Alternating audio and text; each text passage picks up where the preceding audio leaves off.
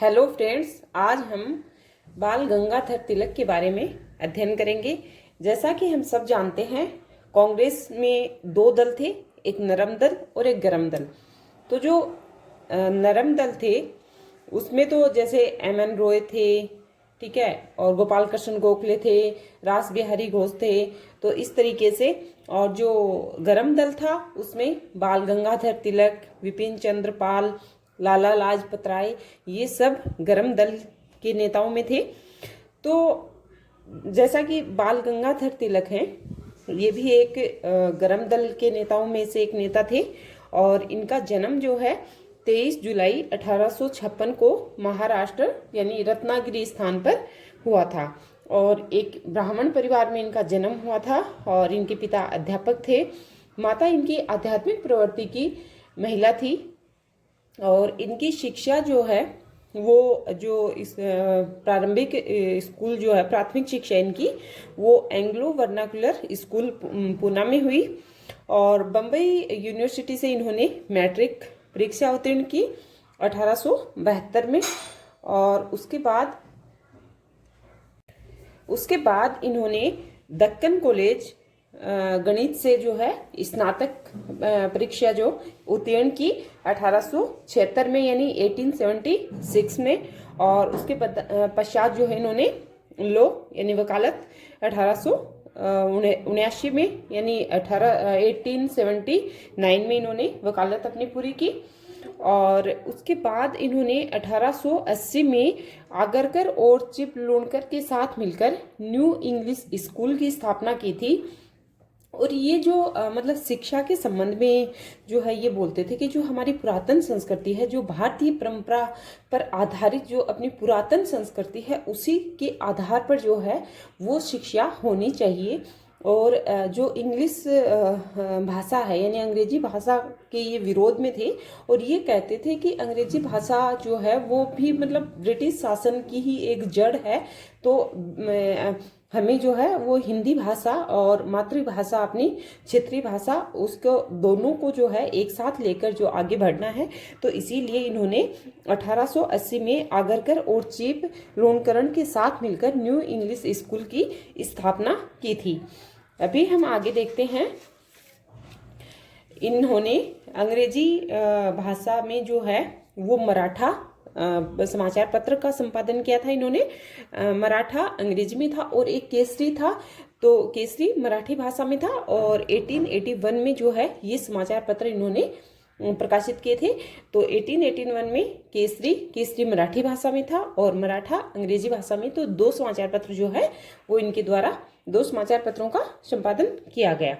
Okay, अब हम next बात करते हैं 1895 और 1897 यानी 1895 और 1897 को जो बम्बई विधान परिषद के सदस्य जो है इनको निर्वाचित किया गया था बम्बई विधान परिषद के सदस्य के रूप में।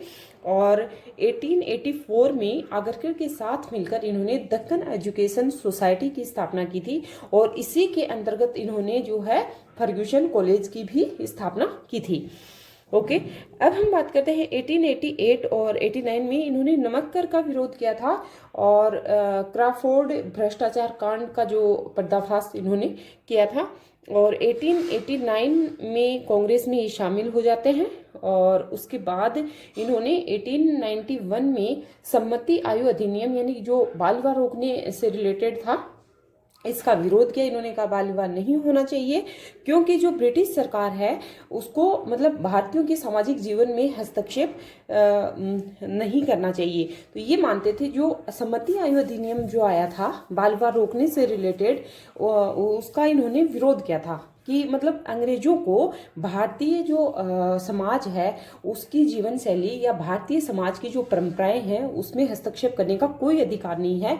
तो जो बाल विवाह रोकने से रिलेटेड ही था वैसे देखें, लेकिन अंग्रेजों के द्वारा मतलब ये अधिनियम पारित किया गया था। तो इसीलिए बाल गंगाधर तिलक ने जो है सम्मति आयु अधिनियम का विरोध किया। और उन्होंने कहा कि किसी भी कंडीशन पर जो ब्रिटिश सरकार है उसको भारतीय समाज की जो परंपराएं हैं या भारतीय सामाजिक जो जीवन है उसमें हस्तक्षेप करने का कोई अधिकार नहीं है।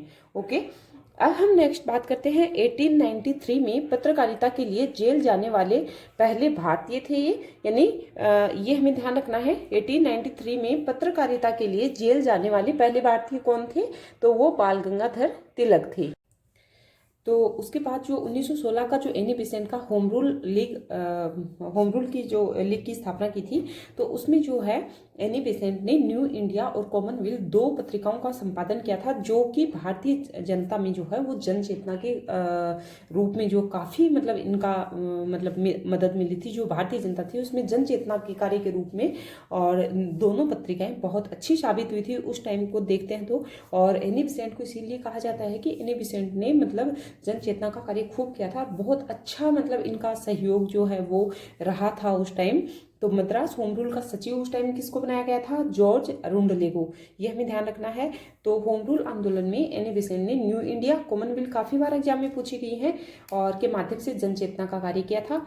और 1917 में जब एनी बेसेंट को, अरुंडले को जो कि इनको अध्यक्ष बनाया गया था, मतलब सॉरी सचिव बनाया गया था, और बीपी वाडिया को, इन तीनों को गिरफ्तार कर लिया जाता है। और जब इन तीनों को गिरफ्तार कर लिया गया तो उसके बाद सरकार ने इस आंदोलन का क्या कर दिया, दमन कर दिया।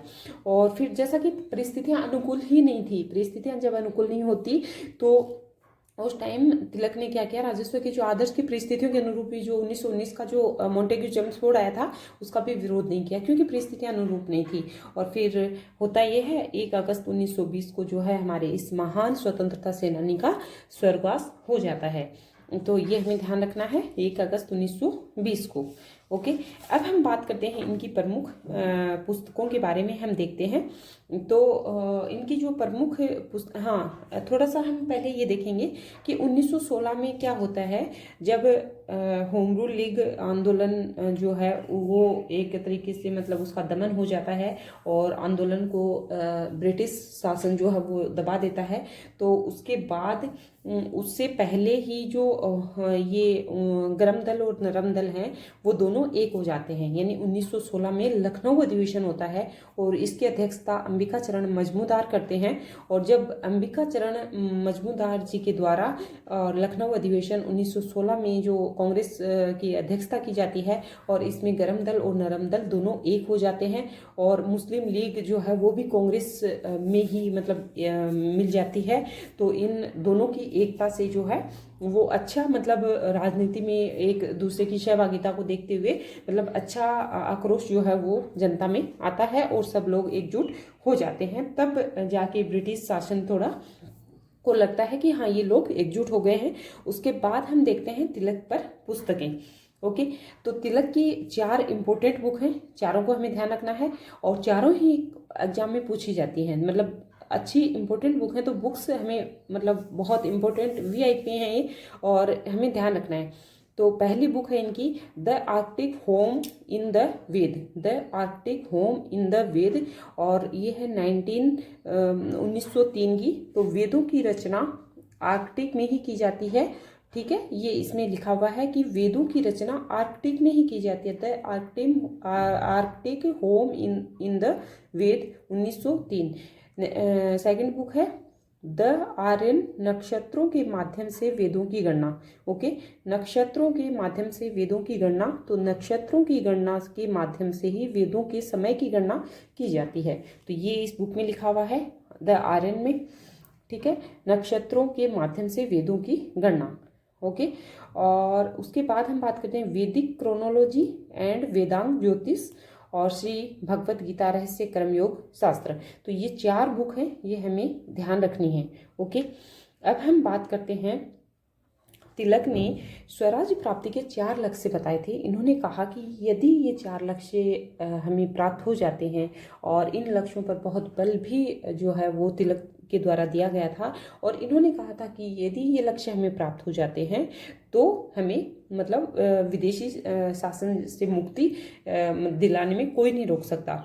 तो कौन कौन सा, एक तो स्वदेशी, स्वराज प्राप्ति के इन्होंने 4 लक्ष्य बताए, स्वदेशी, बहिष्कार, राष्ट्रीय शिक्षा और निष्क्रिय प्रतिरोध। ओके, तो ये हमें ध्यान रखना है, स्वदेशी, बहिष्कार, राष्ट्रीय शिक्षा और निष्क्रिय प्रतिरोध। ओके, तो ये हुआ इनकी बुक्स। और अब हम नेक्स्ट बात करेंगे इनके विचार। तो इनके विचारों पर बात करते हुए हम देखेंगे, सबसे पहले इनके देखेंगे राजनीतिक विचार।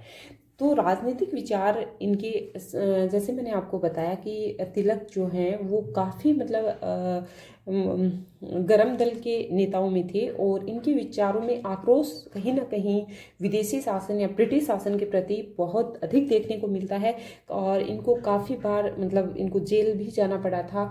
लेकिन इनके विचार जो है वो भारतीय जनता में, भारतीय जो अपनी संस्कृति और जो मूल्य, नैतिकता, सदाचार, भाईचारा, मतलब बंधुता, इन सबको लिए भी इनके विचार थे और काफ़ी मतलब सबके हित में जो है वो निर्णय लेने के ये सक्षम थे।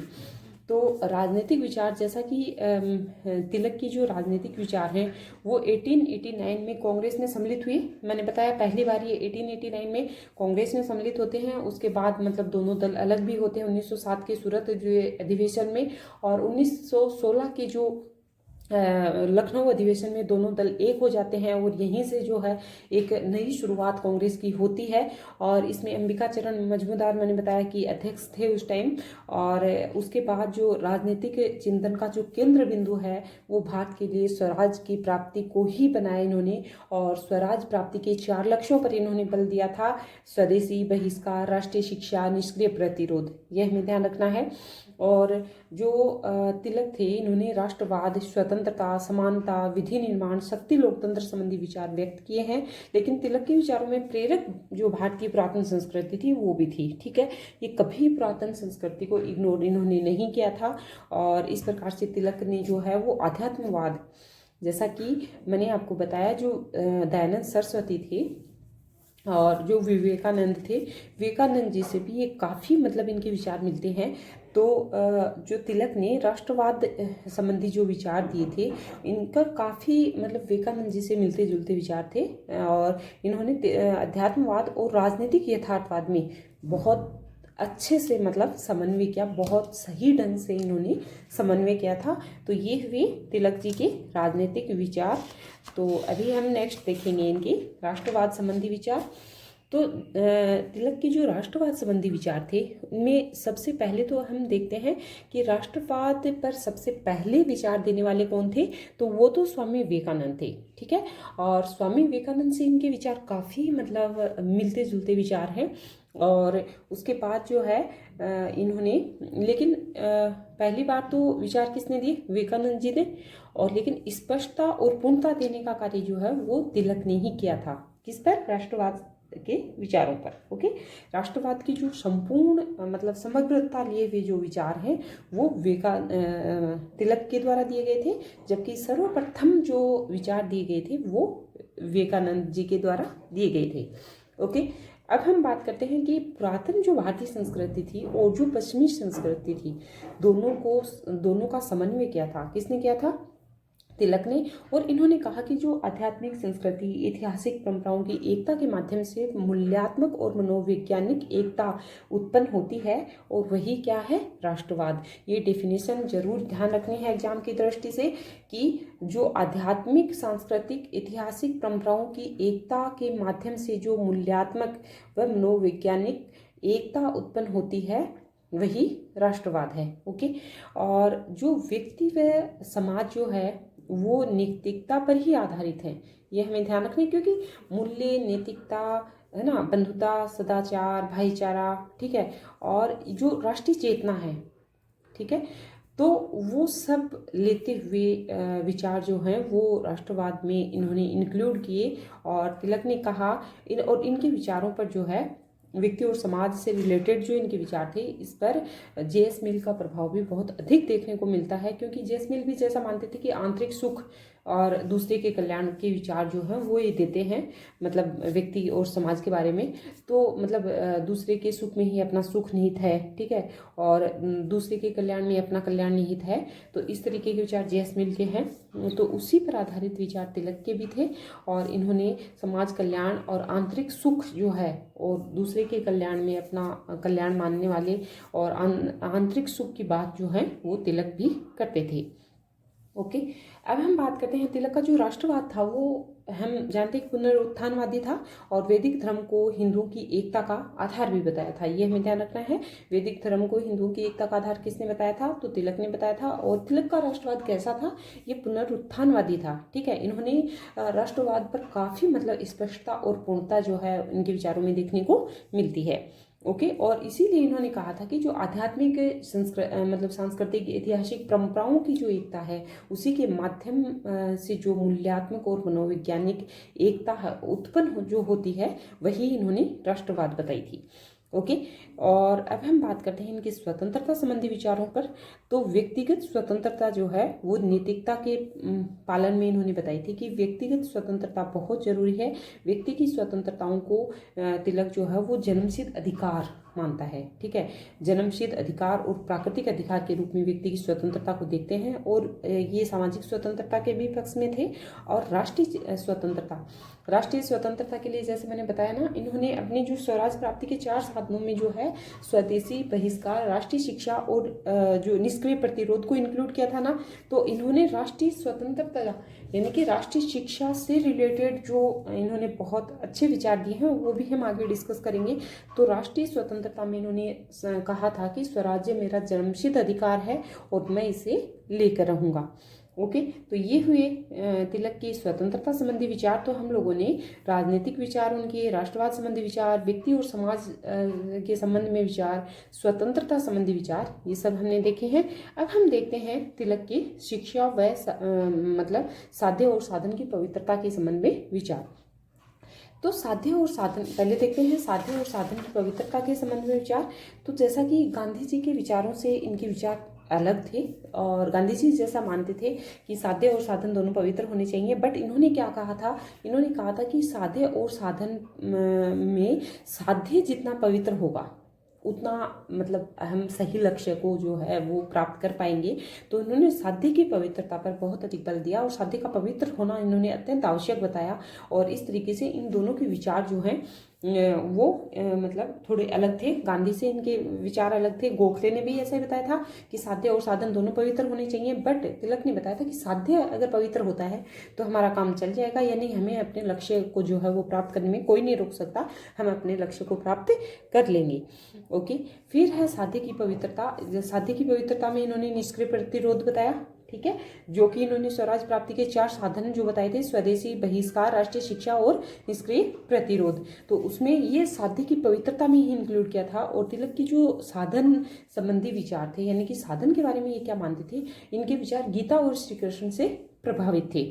ओके, अब हम बात करते हैं राष्ट्रीय मतलब इनके शिक्षा संबंधी विचार। ये हुए इनके साध्य और साधन संबंधी विचार। और अब देखते हैं शिक्षा संबंधी इनके विचार।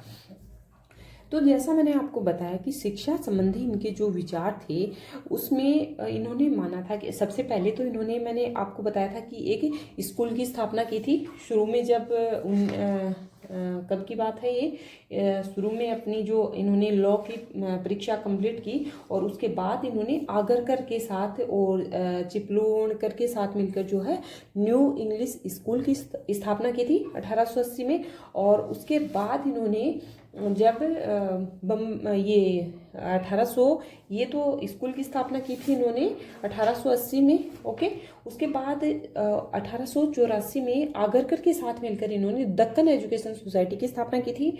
और उसके बाद जो है दक्कन एजुकेशन सोसाइटी के अंतर्गत ही इन्होंने फर्ग्यूसन कॉलेज की भी स्थापना की थी। तो ये इनकी शिक्षा पर मतलब काफ़ी इन्होंने मतलब अपना सहयोग दिया था और काफ़ी सारा मतलब विकास कार्य जो है वो इनके द्वारा किए गए थे। स्कूल की स्थापना इनके द्वारा 1880 में की गई थी।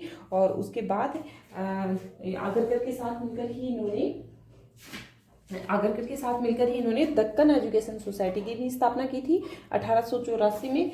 और जब दक्कन एजुकेशन सोसाइटी की स्थापना की तो इसी के अंतर्गत इन्होंने क्या किया, इन्होंने जो है फर्ग्यूसन कॉलेज की भी स्थापना की थी।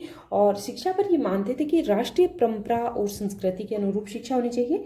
ठीक है, अंग्रेजी भाषा का विरोध करते थे और मातृभाषा होनी चाहिए शिक्षा में, तकनीकी शिक्षा भी होनी चाहिए और धार्मिक सहिष्णुता से मिली हुई शिक्षा होनी चाहिए और सस्ती और स्वस्थ शिक्षा जो है वो होनी चाहिए।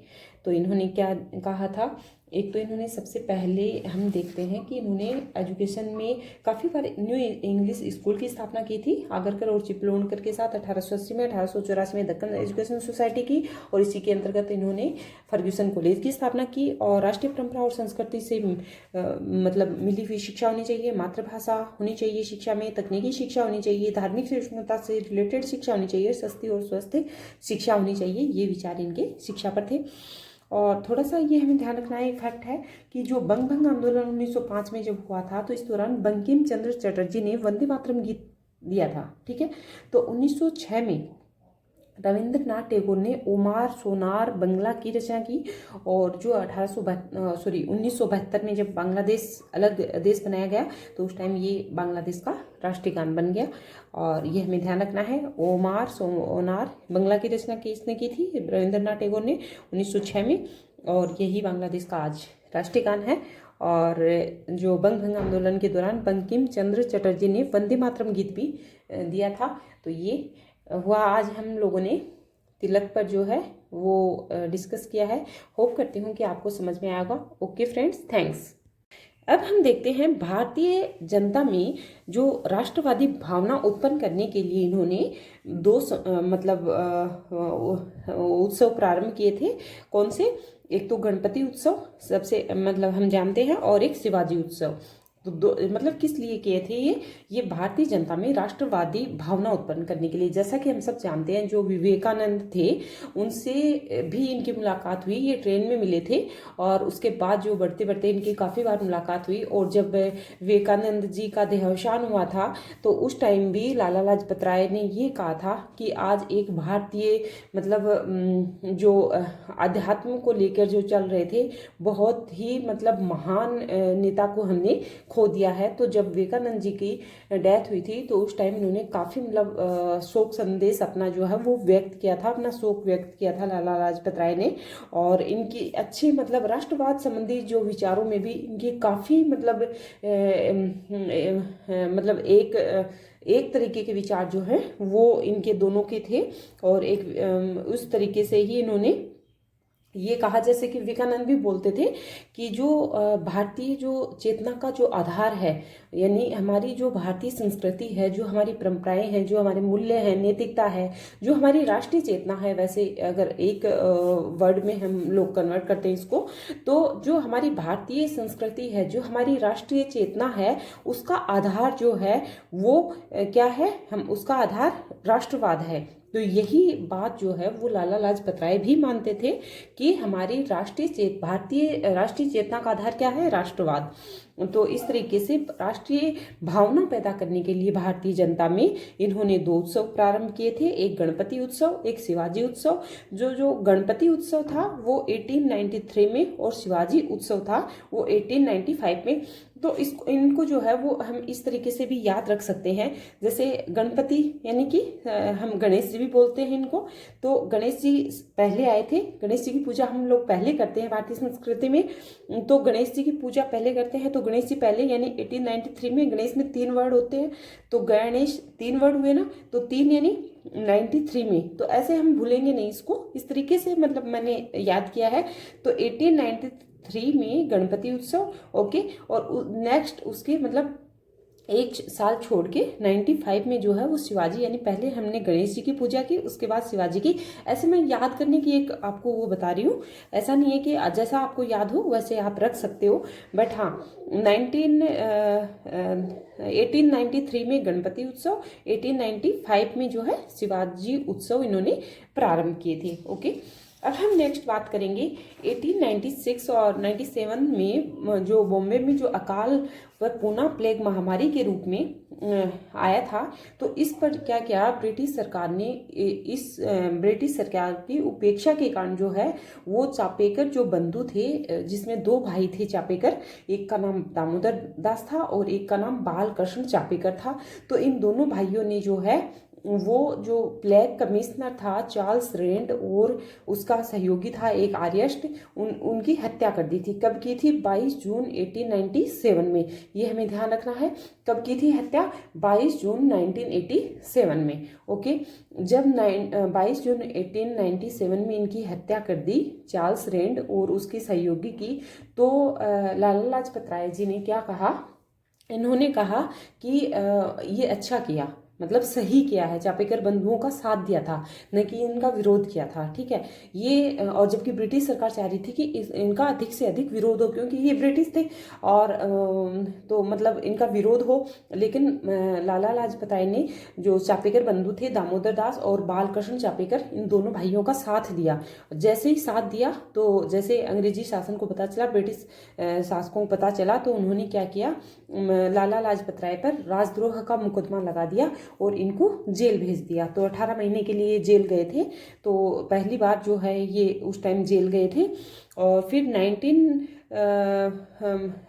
1905 में जो है वो वायसराय लॉर्ड कर्जन ने प्रशासनिक कुशलता की मतलब इन्होंने क्या किया? 1905 में जब बंगाल विभाजन की घोषणा की थी, ठीक है, और वायसराय कौन थे? Lord Curzon. और बंगाल विभाजन की घोषणा की और इसका उद्देश्य क्या बताया? इन्होंने बताया कि प्रशासनिक कुशलता के आधार पर बंगाल विभाजन किया जाएगा, लेकिन ऐसा कुछ था भी नहीं इसमें। तो प्रशासनिक कुशलता को एक पीछे आड़ मतलब लगाकर जो है लॉर्ड कर्जन के द्वारा बंगाल विभाजन की घोषणा कर दी। और इस घोषणा का जो है तिलक ने कांग्रेस के बनारस जो अधिवेशन हुआ था 1905 वाला, और तो इसमें विभाजन के विरोध में जो है वो स्वदेशी व बहिष्कार की नीति को इन्होंने अपनाया। और ये घोषणा हुई थी बंगाल विभाजन की, ये 19 जुलाई 1905 को हुई थी और 16 अक्टूबर 1905 को लागू हुआ था। दोनों डेट इंपॉर्टेंट है। घोषणा कब होती है? 19 जुलाई 1905 को। और लागू कब हुई थी? 16 अक्टूबर 1905 को बंग भंग लागू हुआ था। तो फिर क्या हुआ? बंग भंग आंदोलन में जो तिलक हैं उनकी महत्वपूर्ण भूमिका रही थी। और उसके बाद हम देखते हैं जब 1905 में जब बनारस कांग्रेस अधिवेशन में गोपाल कृष्ण गोखले ने तिलक की जो उदारवादियों की याचिका नीति की आलोचना की थी, तो 1906 में इन्होंने क्या किया? एक तो पहले तो जो कांग्रेस अधिवेशन हुआ था बनारस वाला, इसमें भी तिलक ने जो है वो, जैसे मैंने आपको बताया कि नरम दल और गरम दल दो थे, कांग्रेस के दो दल बने हुए थे। तो उसमें इन्होंने उदारवादियों की नीति की आलोचना कर दी थी। कब? 1905 के बनारस कांग्रेस अधिवेशन में। ठीक है, उसके बाद क्या हुआ 1906 में? और ये मतलब नरम दल और गरम दल दोनों में ये था कि मतलब गरम दल से जो है वो अध्यक्ष, कांग्रेस अध्यक्ष बनना चाह रहे थे और तिलक को ही बनाना चाह रहे थे। लेकिन कोलकाता के जो अधिवेशन हुआ था 1906 वाला, और जिसमें दादा भाई नौरोजी जो है वो अध्यक्ष बने थे, तो 1906 में जब दादा भाई नौरोजी अध्यक्ष बन गए, तो ये विवाद जो है वो शांत करने का एक प्रयास के रूप में कि जैसे तैसे करके जो 1905 वाला जो विवाद है, बंग भंग जो आंदोलन है, वो ये विवाद शांत हो जाए। तो इसीलिए नरम दल वालों ने तो दादा भाई नौरोजी को बना दिया। बनना कौन चाह रहे थे? गरम दल वाले। तो इन दोनों में फिर एक चीज सामने आई कि यहाँ से मनमुटाव सा इनका शुरू हो गया था, यानी कि मनभेद इनके शुरू हो गए थे, थोड़ा सा मतभेद शुरू हो गया था। मनभेद नहीं बोलेंगे, सॉरी, मतभेद इनमें दोनों दलों में जो है वो मतलब चलने लग गया था। फिर क्या हुआ 1906 में? तो दादा भाई नौरोजी ने अध्यक्षता की। 1907 में जो गरम दल और नरम दल दोनों में मतभेद तो बना हुआ था, और सूरत में जो कांग्रेस अधिवेशन होता है और उसमें जो है अध्यक्षता रास बिहारी घोष को अध्यक्ष बना दिया जाता है। और जो इस तरीके से दोनों दलों में फिर फूट पड़ जाती है और नरम दल और गरम दल दोनों अलग हो जाते हैं। तो ये हमें ध्यान रखना है कौन से अधिवेशन में। मतलब वैसे तो ये तिलक का उसमें नहीं आता है, बट ये जो हमारा स्वतंत्रता जो हम पढ़ते हैं, पीछे का जो इतिहास पढ़ते हैं, हिस्ट्री में जो है कई बार जीके वाले पोर्शन में ये पूछ लिया जाता है। तो इस तरीके से हमें थोड़ा साथ साथ इनको लेकर चलना होगा। तो यहाँ से क्वेश्चन डेफिनेट आता ही आता है। और जो 1907 का जो सूरत में जो गर्मपंथी और नरमपंथी दोनों मतलब दलों के बीच में और एक मतभेद जो है वो काफ़ी मतलब कगार पे आके और दोनों दल जो है वो अलग हो गए थे। और यहाँ अध्यक्ष किसको बना दिया गया था? रास बिहारी घोष को, जो कि नरमपंथी थे। तो इस तरीके से सूरत अधिवेशन में जो है वो कांग्रेस का विभाजन हो जाता है, यानी दोनों दल अलग अलग हो जाते हैं। और फिर क्या होता है? अंग्रेजी शासन तो यही चाह रहा था ना कि जैसे तैसे करके कांग्रेस का विभाजन हो, इन दोनों में मतलब इनमें फूट पड़े तो वो लोग लाभ उठाएं इसका। तो अंग्रेजी शासन ने इसका मतलब पुरजोर लाभ उठाया और 1908 में जो है वो तिलक पर राजद्रोह का मुकदमा लगा दिया और उन्हें 8 साल के लिए, कम भी नहीं 8 साल के लिए 1908 में तिलक पर राजद्रोह का मुकदमा लगा करके और 8 वर्ष की सजा सुनाई। और उसके बाद ये इनको मांडले जेल में, कई बार जेल से क्वेश्चन पूछ लिया जाता है कौन से नेता की कौन सी जेल थी, तो हमें थोड़ा ध्यान रखना है। 1908 में और तिलक को 8 वर्ष के लिए मांडले जेल बर्मा में थी तो वहाँ भेज दिया गया था। और फिर तिलक के जेल जाने वाले पहले भारतीय राष्ट्रवादी नेता, ये ध्यान रखना है। और तिलक 1914 में वहाँ से रिहा होते हैं। और उस समय जो है अब वहाँ कोई मतलब था ही नहीं, जब दोनों दलों में मतलब फूट पड़ गई, अंग्रेजी शासन अपना लाभ उठा रहा है, तिलक को उधर मांडले जेल में भेज दिया गया था, तो राजनीति में बिल्कुल शून्यता आ गई थी। यानी कि भारतीयों में कोई आक्रोश कुछ भी नहीं था, कोई गतिविधि नहीं थी, कोई मतलब जनता ना सक्रिय थी उसमें। तो इस तरीके से राजनीतिक शून्यता का जो काल था वो यही था 1914 वाला। और तिलक ने क्या किया कि स्वराज के स्थान पर होम रूल उत्तरदायी शासन पर बल दिया। इन्होंने कहा कि स्वराज के साथ साथ जो है वो होम रूल पर इन्होंने ज़्यादा ध्यान दिया और मतलब इसको कन्वर्ट कर दिया। इन्होंने कहा स्वराज नहीं, स्वराज को इन्होंने होम रूल जो आंदोलन था उसमें ही कन्वर्ट कर दिया था इन्होंने। ठीक है, उसके बाद हम बात करेंगे नेक्स्ट 1915 में जो है महाराष्ट्र पुणे में और होम रूल लीग की स्थापना की किसने? तिलक ने की थी 1915 में। और 1916 में जैसा हम सब जानते हैं एनी बेसेंट ने भी होम रूल आंदोलन जो है होम रूल लीग की स्थापना की थी। तो ये हमें ध्यान रखना है। और जो भारतीय होम रूल लीग था कांग्रेस की एक सहायक संस्था थी, ये तो हम सब जानते हैं। जो होम रूल लीग था ये क्या था? कांग्रेस की एक सहायक संस्था थी और 1920 में गांधी जी को इसका अध्यक्ष भी बनाया गया था। ठीक है, तो हम बात करते हैं 1916 में लखनऊ जो अधिवेशन हुआ। अब धीरे धीरे, वैसे हम सब जानते हैं 1916 का थोड़ा सा ये